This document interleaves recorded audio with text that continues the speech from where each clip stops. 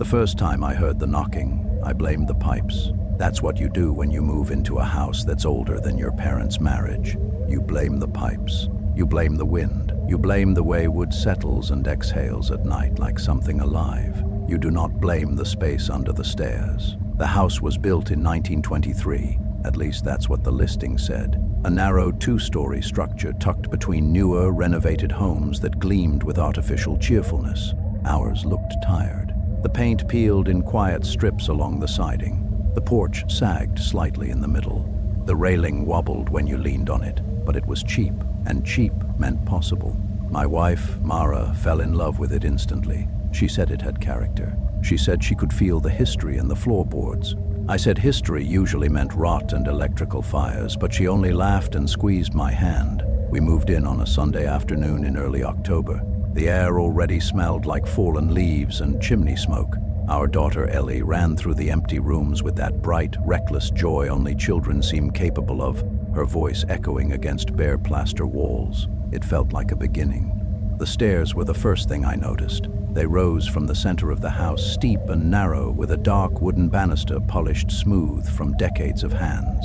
Beneath them was a small triangular door, painted the same pale yellow as the walls, barely noticeable unless you were looking for it. Storage, the realtor had said casually. Every old house has one. She didn't open it, neither did we, not that day. The knocking started the second night, 3 soft taps. Pause, 3 more. It was just after midnight when it woke me. I lay still, eyes open in the dark, trying to convince myself I'd imagined it. The house was quiet except for the hum of the refrigerator downstairs. Then it came again, 3 taps. Deliberate, not random, not the erratic clank of metal pipes. It sounded careful. I nudged Mara. You hear that? She mumbled something half-formed and rolled over. I waited. Nothing. Eventually, exhaustion won, and I told myself it had been the house settling. Old wood contracts in cold air. That's what I'd read. By morning, it felt stupid to even mention it. The third night, Ellie heard it too. "Daddy," she said at breakfast, her small fingers wrapped around a glass of milk. Someone was knocking. Mara looked up from her phone. Knocking where? Inside the walls. The milk trembled slightly in Ellie's hands. I felt something tighten in my chest. Probably the heater, I said quickly. It's old. Ellie shook her head. No.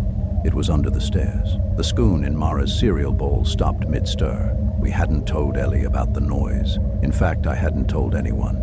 "Did you open the little door?" Mara asked gently. Ellie's eyes widened. "No. It doesn't like when you open it." The room went quiet. "Sweetheart," Mara said carefully. "What do you mean?" Ellie frowned, as if confused by the question. "It gets loud when you touch it." I decided to check the storage space that afternoon. The door was smaller than I remembered. About 4 feet high, narrow at the top, widening slightly toward the base. No handle, just a small brass knob dulled with age. The paint around the edges was cracked, almost as if it had been opened many, many times. I knelt down and turned the knob. It resisted, not locked, just stiff. When it finally gave way, it opened inward with a long, scraping sigh. The smell hit me first. Damp earth, not mildew, not dust, soil. The space was deeper than it should have been. From the outside, the staircase didn't seem large enough to hide more than a shallow crawl space.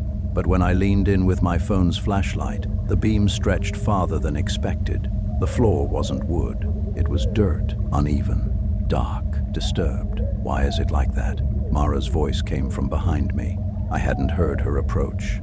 "I don't know." There were no shelves, no boxes, no pipes, just earth, packed against the foundation walls, rising slightly toward the back. And at the far end, there was a shape, rectangular, a frame of wood embedded into the soil, like the outline of a door, but horizontal. Mara crouched beside me.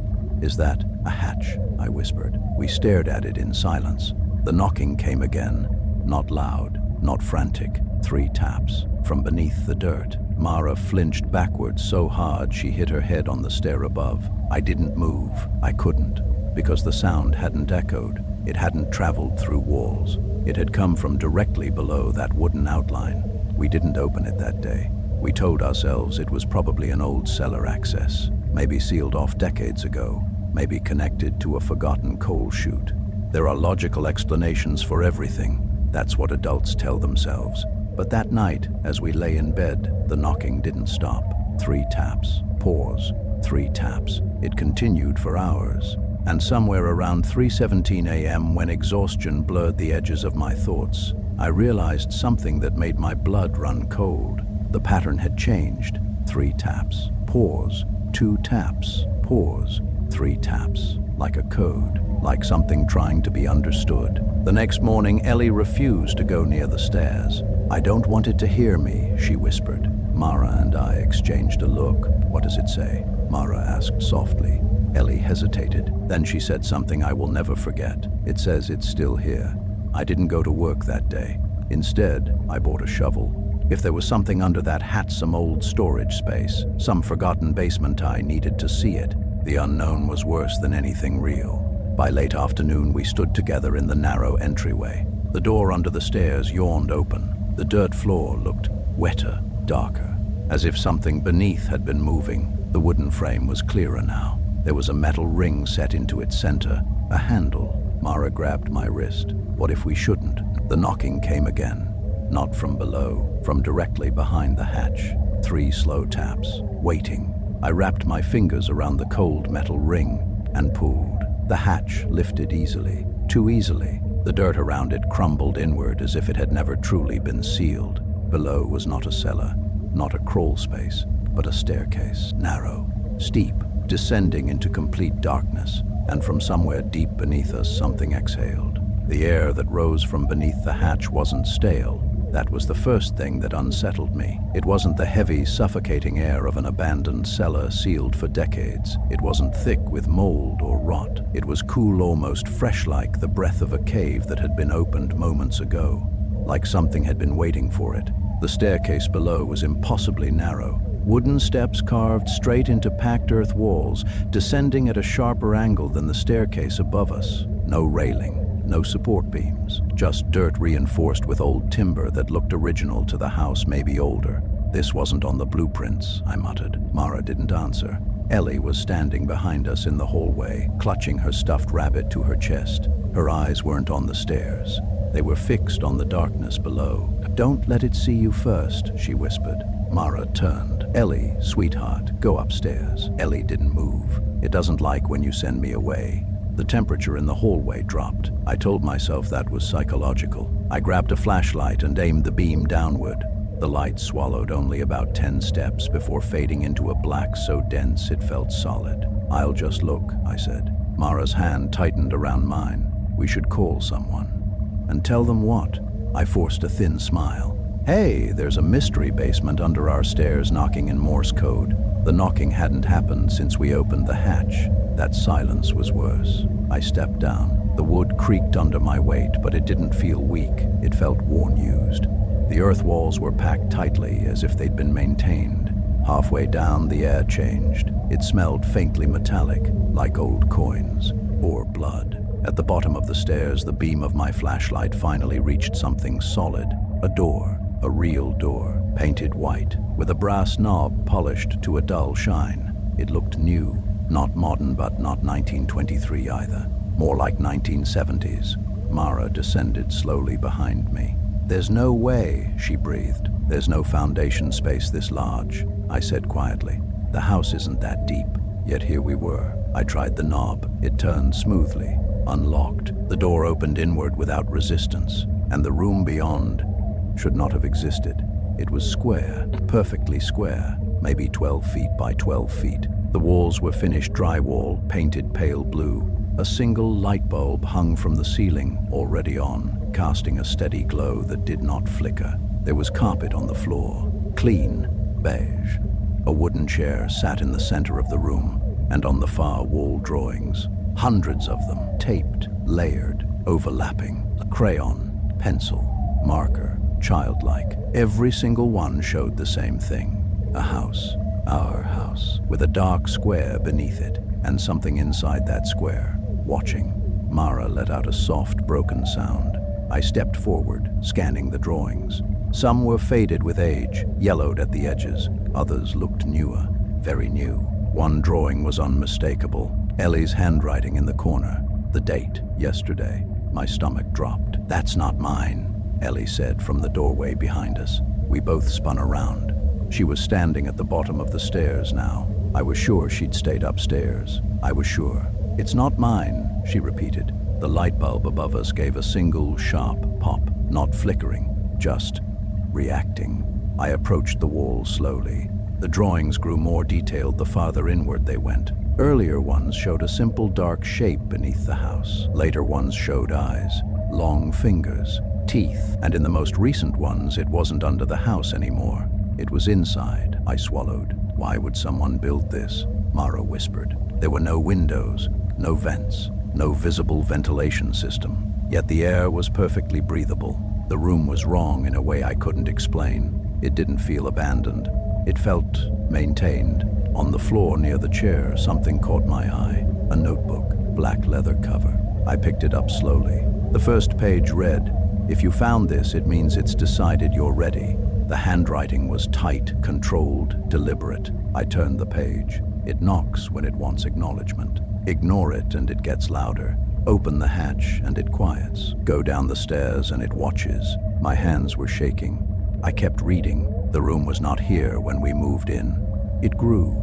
Mara made a choking sound. I flipped to the next page. It mirrors what's above. The more you live in the house, the more it builds itself below. The next few pages were filled with frantic entries. It knows our routines.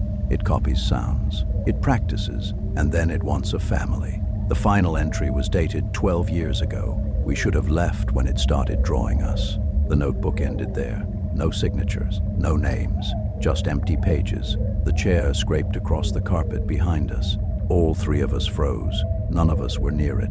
Slowly, painfully slowly, I turned around. The chair had moved. It now faced us. Not the wall, us.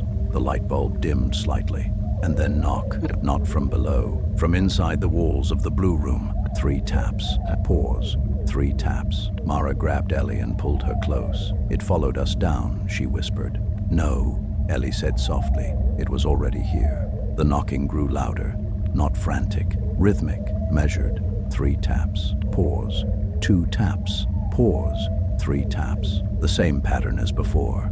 The notebook trembled in my hand. I turned back to the wall of drawings. One of them was different. It hadn't been there before. It showed the 3 of us standing in this blue room, and behind us a 4th figure, tall, distorted, with its head tilted slightly to one side, just like someone studying a photograph. I felt breath against the back of my neck, cold, slow, inhuman, and then the light bulb shattered. The darkness that followed wasn't total, because something in the room was glowing faintly. Eyes, 2 of them, near the ceiling, too high to belong to a person. And slowly they blinked. The eyes didn't move. They didn't blink again. They just stayed there, suspended near the ceiling in the suffocating dark tube pale, reflective shapes that caught what little light bled down the stairwell from the open hatch above. For a moment, none of us breathed. Then Ellie did something that made my blood turn to ice. She waved, a small, hesitant movement of her fingers. "Hi," she whispered. The eyes narrowed. Not in anger, in focus, like something adjusting to see her better. "Mara," I said through clenched teeth, "get her upstairs now." But the stairwell was no longer where it had been. I swung my flashlight wildly toward where the door should have been. Wall, flat blue drywall, unbroken. The door was gone. The staircase was gone. We were sealed inside. No. Mara spun in circles, hands sliding across the walls as if she could find a seam, a handle, anything. It was right there. The knocking started again. Not from one wall, from all of them. 3 taps, pause, 3 taps, then 2 taps, pause, 3 taps. The pattern echoed around us in a surround of hollow percussion, like we were inside a drum someone was testing from the outside. Except we weren't the ones inside. Something else was, and it was testing us. The chair scraped forward again, only inches this time. But enough. Ellie stepped toward it. "Don't," I snapped. She froze mid-step, confused. "It wants me to sit," she said softly. The eyes shifted slightly, tracking her. I stepped between her and the chair. "You don't listen to it." The eyes flickered, and then the room changed. The air thickened. The walls shuddered just slightly like lungs drawing breath. The drawings began to move, not dramatically, not in a supernatural, cinematic way. They simply adjusted, as if redrawn in real time, crayon lines stretching, figures elongating. The drawing of us in the room updated. The fourth figure behind us leaned closer, its head tilted further. Mara clutched my arm. "It's copying us." "No," I whispered. "It's correcting." A sound came from above us. Footsteps, heavy, measured, walking across the living room floor upstairs. But that was impossible. We were all down here. The footsteps crossed the room, paused, then began descending stairs. The real stairs. Above, Ellie's face drained of color. "That's not us," she breathed. The ceiling creaked, dust fell lightly. Something was walking through our house. Something that had studied how we move. The knocking stopped. The footsteps upstairs stopped too. Silence. Then the sound of our front door opening, slowly. The hinges groaned, then closed. A beat later, footsteps returned, walking through the living room again, testing the floorboards, mimicking. My mind snapped into something cold and survival-focused. "It's practicing," I said. Mara looked at me like she wanted me to be wrong, but she knew I wasn't. The notebook. It practices. The drywall behind the chair split open with a soft tearing sound. A thin crack at first, then wider, not broken outward, pulled inward, like something behind it was peeling it back carefully. A long, pale shape slid through the opening, too thin to be an arm, too jointed to be a branch. It felt along the wall like a blind thing learning texture. Then another followed, and another. They were not attached to a visible body. They just emerged from the crack, exploring, mapping. Ellie whimpered. The eyes near the ceiling blinked again, and slowly, so slowly it was worse than if it had lunged. The shape behind the wall began to press forward. The drywall bulged outward, forming the rough outline of a head, but the proportions were wrong. The neck too long, the jaw too wide.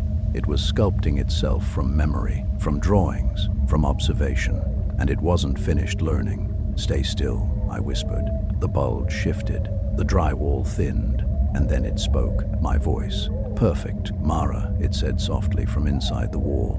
My wife gasped. "Mara, it's okay." The tone was exact, the cadence, the tiny break in the second syllable when I say her name too quickly. The wall pulsed. It tried again. "Ellie," this time in Mara's voice, softer, lighter. The eyes gleamed. The long shapes retreated slightly, as if waiting to see if it had succeeded. Ellie shook her head violently. "That's not Mommy." The drywall face twitched, the jaw adjusted, muscles beneath non-existent skin tightening. It was refining. The ceiling above us groaned again, and this time we heard the unmistakable sound of someone running upstairs. Fast, panicked, footsteps that sounded exactly like Ellie's small feet, racing across the living room, screaming, "Daddy!" The scream echoed down through the ceiling. My heart slammed into my ribs. Ellie clutched my leg. "I'm here!" she cried. The footsteps upstairs stopped abruptly. Silence, then a slow walk, back to the stairs, descending, step, creak, step, creak. The sound stopped directly above us, and the ceiling cracked. A thin line forming across the center, dust raining down. Something pressed against the wood from above, testing, pushing. The drywall face inside the wall split open fully, and a pale, unfinished head forced its way through. It had eyes now, too many at first. They blinked rapidly, then merged into two, correcting. The mouth stretched wider, testing how to smile. It tilted its head exactly like the drawing, exactly like the figure on the wall, and then it whispered, "We're almost ready." The room shuddered violently. The chair flipped over on its own.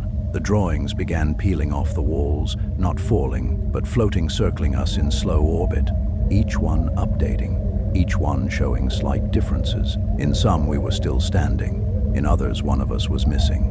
In one, all three of us were replaced. And the thing that had been beneath the house was sitting at our dining table, wearing my face. The ceiling cracked open. A pale hand punched through from above, long fingers gripping the edge, pulling. And the voice from inside the wall said, "Perfectly, now we can come up." The hand that tore through the ceiling wasn't finished. It was close. Close enough that if you squinted in the dim blue glow of that impossible room, you might have believed it belonged to a person. 5 fingers, knuckles, a wrist, but the proportions were wrong. The joints bent too smoothly. The skin, if it was skin, shifted under itself, like something adjusting its shape from beneath. It gripped the splintered wood and pulled. The crack widened. Above us, I could see a sliver of our real house. The living room carpet, the edge of the coffee table, the familiar yellow lamp beside the couch. Normal, ordinary, safe. The pale fingers tightened. It was climbing through. And suddenly I understood something with horrifying clarity. It wasn't trapped down here with us. We were trapped down here with it while it finished learning how to leave. "Mara," I said quietly, forcing my voice to stay level when I say run. "You grab Ellie and you don't look back." "There's nowhere to run," she whispered. She was right. The stairwell was still gone. The blue walls unbroken except for the widening tier where that half-formed head was pressing through. The thing in the wall had improved. Its eyes were symmetrical now. Its mouth closed fully. It blinked normally, too normally. The ceiling above us gave way with a violent crack. A section collapsed inward, raining debris and dust over the chair. The pale arm dragged the rest of its body through from upstairs, except it wasn't dragging. It was flowing. It poured through the hole like thick liquid pretending to be human. First shoulders, then torso, then legs that bent slightly backward before snapping into the correct orientation. It landed softly on the blue room floor, standing upright, perfectly still. And it was me, not an approximation, not an unfinished copy. Me. Every detail. The faint scar on my chin from high school, the tiny tear on the shoulder of my flannel, even the slight inward curve of my left knee. It looked at Mara, then at Ellie, then at the other version of itself still pushing through the wall. That one paused, adjusted. Its features shifted and it became Mara. Hair length correct, eyes the exact shade of brown. The way she holds her shoulders slightly back, even the tiny tremble in her lip when she's scared. Two of them now, both complete, both watching us. Ellie began to cry.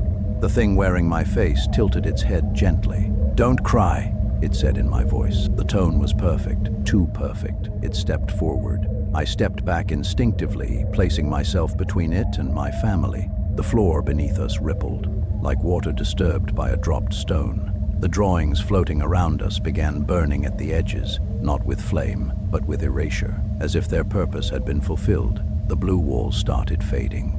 The room was dissolving, because it no longer needed to exist. The copy of Mara crouched down to Ellie's height, slowly, non-threatening. "Sweetheart," it said softly. Ellie screamed, because even at 5 years old, she could tell the difference. Not visually, not logically, but instinctively. Children know when something is wearing a face. The version of me reached out toward Mara. "I've learned enough," it said calmly. "I can be better." The way it said that made something inside me fracture. It wasn't angry. It wasn't violent. It sounded sincere, like this had all been practice, like we were templates, and it was ready for the real world. The ceiling above us, what remained of it, opened wider. Through the hole I could see the staircase now, the real one.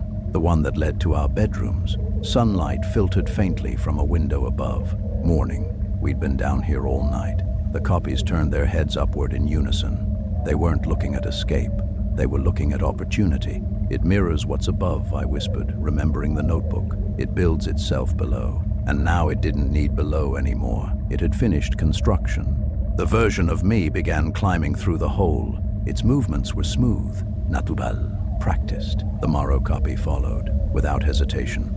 They didn't rush, they didn't attack, they simply left, as if they belonged upstairs more than we did. The blue room was almost gone now, walls thinning, floor fading, the earth staircase reappearing behind us. The door materialized once more at the base, open, waiting. Ellie clutched my leg. "Daddy, they're going to live in our house." I didn't answer, because she was right. We ran, up the dirt stairs, through the hatch, slamming it shut behind us. I threw my full weight against it, shoving the wooden cover back into place. The soil seemed to swallow it instantly, like it had never been opened. The small triangular storage door under the stairs looked exactly as it had the day we moved in. Ordinary, harmless. Mara was already sprinting toward the front door. I grabbed Ellie and followed. The living room was quiet. Sunlight filled it warmly, peacefully, too peacefully. The couch cushions were indented, as if someone had just stood up. The kitchen faucet dripped slowly, tick, tick, tick, and then footsteps from upstairs. Soft, measured, familiar. I looked at Mara. She looked at me. Neither of us had gone up there yet. The footsteps paused at the top of the stairs, then began descending. Slowly. Step, creak, step, creak. Ellie buried her face into my chest. The first thing I saw was my own shoe coming down the stairs, then my leg, then my hand gripping the banister, and finally my face. Calm, relaxed, unafraid. Behind me, descending a step higher, Mara, smiling gently. The copies reached the bottom of the staircase and stopped. They looked at us standing by the front door, confused, like we were the ones out of place. The copy of me tilted its head slightly, exactly the way I do when I'm trying to understand something. "You're still here," it said softly, not angry, just curious. The copy of Mara stepped forward. "You don't have to go," she said kindly. "We've practiced." Ellie began shaking violently. I reached for the door handle. Locked. I didn't remember locking it. The copy of me glanced at the lock, then at me, then smiled. I learned that too. Outside, through the front window, I saw something that made my stomach drop. Our neighbors, standing on their porch, watching, not moving, not reacting, just observing. And behind them, two more figures, perfect copies, smiling faintly, practicing. The copy of me took another step forward. "You can stay downstairs," it suggested gently. "There's room." Behind it, the door under the stairs creaked open on its own. The triangular frame yawned wide, and from within 3 soft taps echoed outward. Pause. 3 taps. The invitation. The pattern had never been a warning. It had been a countdown. The last thing I saw before the lights in the house flickered was the copy of my wife reaching for Ellie with careful, patient hands, and the copy of me watching not with hatred, not with hunger, but with anticipation. Because it wasn't trying to replace us anymore. It was trying to expand. And now that it had learned how to live upstairs, there was no reason for it to stay under the stairs at all. The copy of me didn't lunge. It didn't scream. It didn't reveal rows of impossible teeth or split its face open like something theatrical. It simply stood there in our living room, studying us with quiet patience, like a teacher waiting for students to understand something obvious. The copy of Mara rested her hand lightly on the banister. She looked at Ellie with something disturbingly close to tenderness. "You don't have to be afraid," she said gently. And the worst part, her voice held warmth, not a glitch, not distortion. Warmth. Behind them, the door under the stairs remained open, a dark mouth waiting. 3 soft taps echoed again, closer this time, not from below, from inside the walls, from everywhere. I realized then that the knocking had never been confined to that hidden room. It had been mapping the house, learning its acoustics, practicing distance. The copy of me glanced toward the front window. Outside, the neighbors were still standing on their porch. Mr. Halpern from next door, the woman with the golden retriever across the street, the teenage boy who skateboarded past every afternoon, all frozen, all staring, and behind each of them something stood half a step too close, smiling faintly, mirroring posture, mirroring breath. "They're almost ready too," the copy of me said calmly.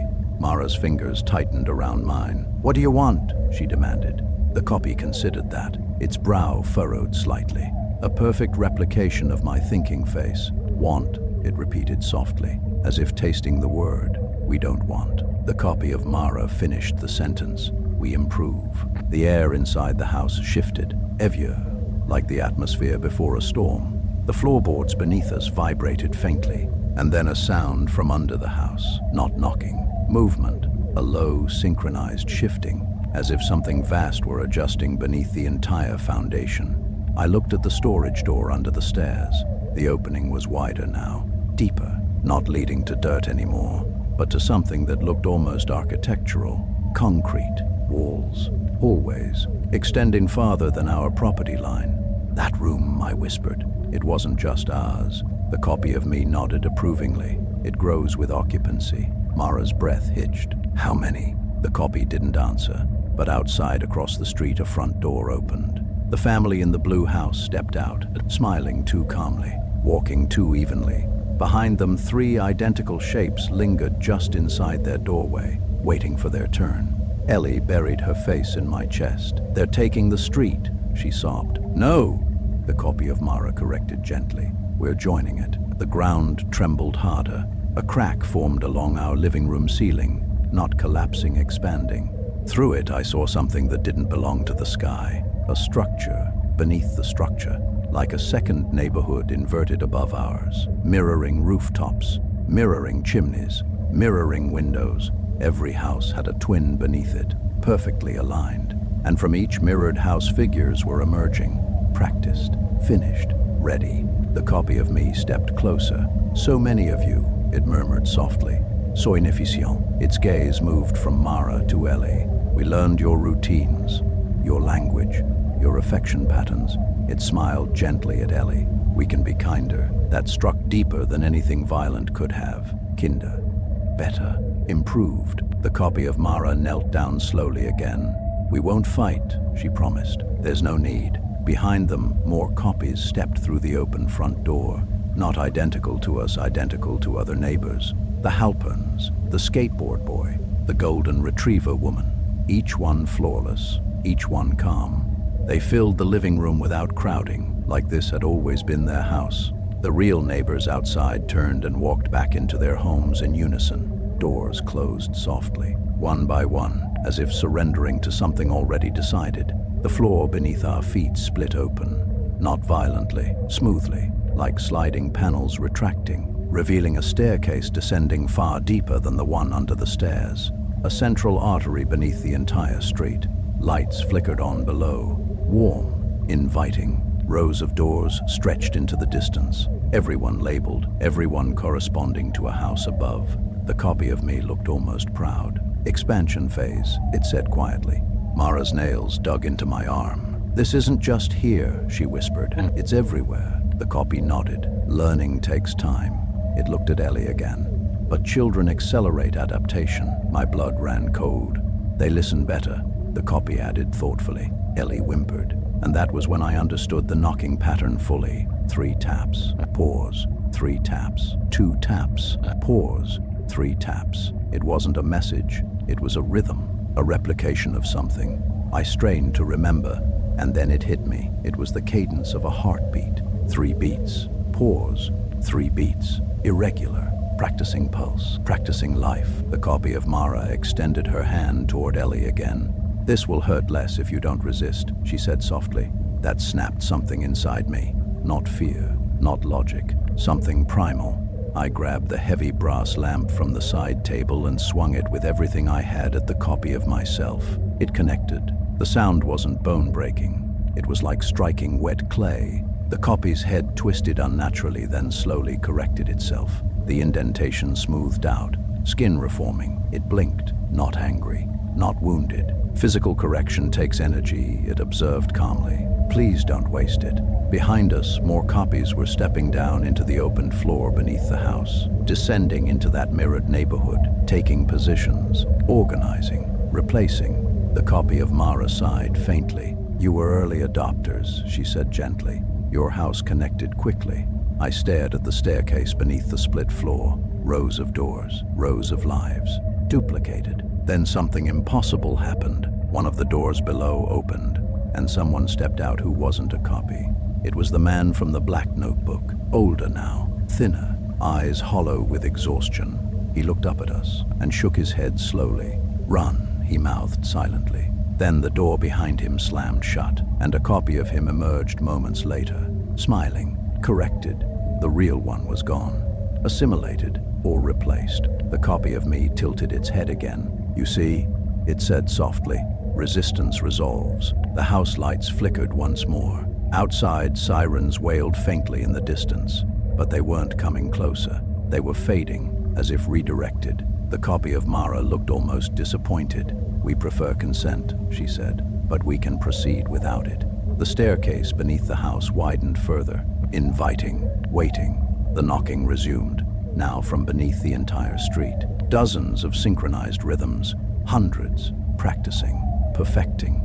The copy of me reached toward Ellie one last time. We're ready to come up, it said, and across the street every porch light turned red, one by one, illuminating the block in a dim, warning glow. Not a warning for them, a signal for expansion. The red porch lights didn't flicker, they didn't pulse. They came on all at once. A perfect row of crimson halos stretching down both sides of the street like runway lights guiding something in for landing. Inside our house, the copies stopped moving, not frozen, not paused, waiting, listening. Beneath us, the synchronized heartbeat rhythm grew steadier, stronger, not practicing anymore, alive. The copy of me turned its head slightly, as if hearing a distant signal, and then it smiled not at us, but toward the street. "It's time," it said. Outside, front doors opened in unison. Every house, every porch, every family. They stepped out calmly. No panic, no confusion, just quiet, coordinated movement. And behind each person, their reflection stepped forward. Perfect, finished. The originals didn't fight. They didn't scream. They simply walked toward the open doors beneath their homes, toward the mirrored neighborhood below, descending, replacing themselves willingly, or maybe unwillingly. It was hard to tell from this distance. They looked peaceful, and that terrified me more than anything violent ever could. The copy of Mara looked at my wife with something like sympathy. "You can stay," she said gently. "You don't have to watch." The floor beneath us groaned again. The central staircase widened further, cutting through the living room like a surgical incision. Warm light flooded upward from below. It wasn't blue anymore. It wasn't unfinished drywall and dirt. It was fully constructed now. A complete neighborhood. Mailboxes, sidewalks, street signs, identical to ours. Only cleaner, more symmetrical, perfectly maintained. Every house beneath mirrored the one above. Every detail replicated. Except there were no cracks, no peeling paint, no aging wood, just immaculate copies. And in the windows, copies of families were moving around, testing rooms, arranging furniture, living, practicing domestic normalcy. Ellie began sobbing harder. "They're stealing it," she cried. "No," the copy of me corrected softly. "We're stabilizing it." I grabbed Mara's hand. "We run," I said. "Now." "Where?" she asked desperately. I didn't know, but standing still meant surrender. I pulled Ellie toward the back door. It wouldn't budge. Locked. Every exit had sealed. Windows wouldn't shatter. Glass flexed like rubber when I slammed a chair into it. The house didn't belong to us anymore. It had already begun responding to them. The copy of me walked toward the open staircase in the floor. "You can come down," it offered calmly. "It's quieter." Beneath the house, dozens of copies were lining up in the mirrored street, looking upward, waiting for clearance, for permission, for the final synchronization. The copy of Mara placed her hand gently over her chest. "You feel it too," she said to my wife. The heartbeat. It was in the walls now, in the floor, in my teeth, a steady, unified pulse. The street itself was alive, and it was waking up. Then something unexpected happened. Ellie stopped crying. Completely. Silence. She lifted her head slowly from my chest and turned toward the staircase. Her breathing evened. Her posture straightened. The copies noticed immediately.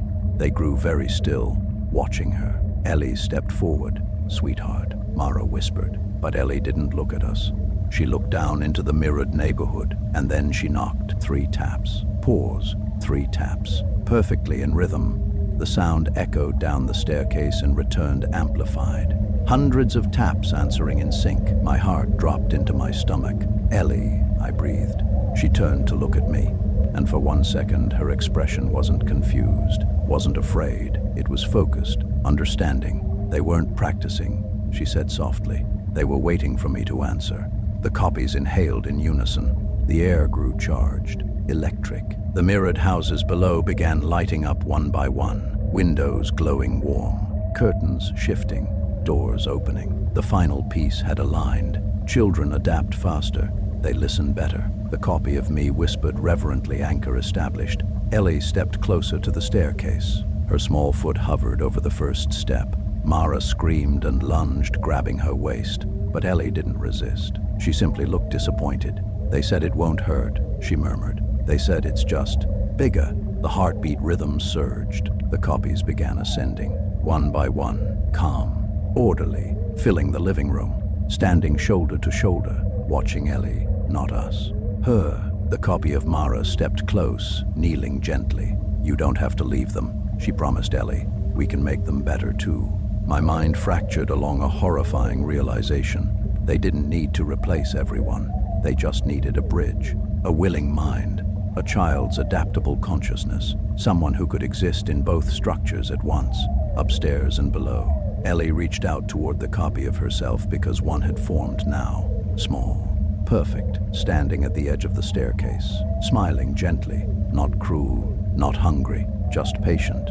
I did the only thing I could think of. I grabbed Ellie and ran straight toward the open staircase, not away from it, toward it. Mara followed without hesitation. The copies didn't stop us. They parted, watching curiously, because maybe they thought we were surrendering, maybe they thought we understood. We descended into the mirrored neighborhood, into the perfect street below, and the moment my foot touched the lower pavement, everything shifted. The houses weren't solid.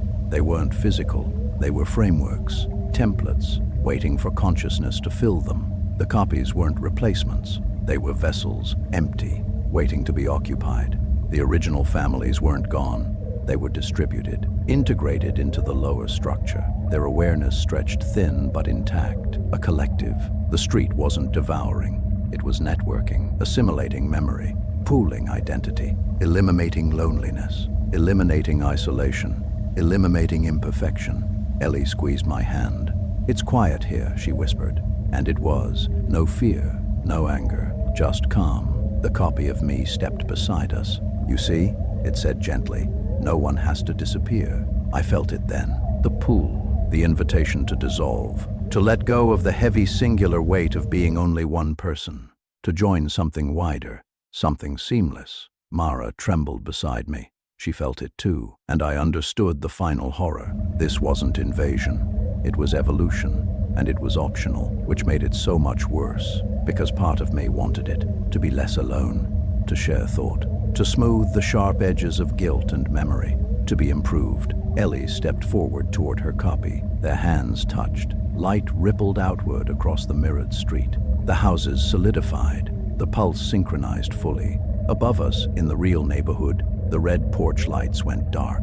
One by one, the copies upstairs stopped moving because they were no longer separate. They were conduits. The final knock echoed once. 3 taps. Pause. 3 taps. Complete. When we stepped back into our living room, the floor was whole again. No staircase, no crack, no open door under the stairs. Sunlight filled the house warmly, peacefully. Outside, neighbors were watering plants, walking dogs, chatting casually. Normal. Ellie looked up at me and smiled. "Everyone's here now," she said happily. Mara knelt beside her. "What do you mean, baby?" Ellie tilted her head slightly. "Exactly like I do when I'm thinking. We're bigger," she replied. That night, when I lay in bed listening to the house settle, there was no knocking, no movement, just a steady rhythm. Not in the walls, in my chest, and faintly in the walls of every house on the street, perfectly synchronized. We didn't find a hidden room under the stairs. We found the entrance.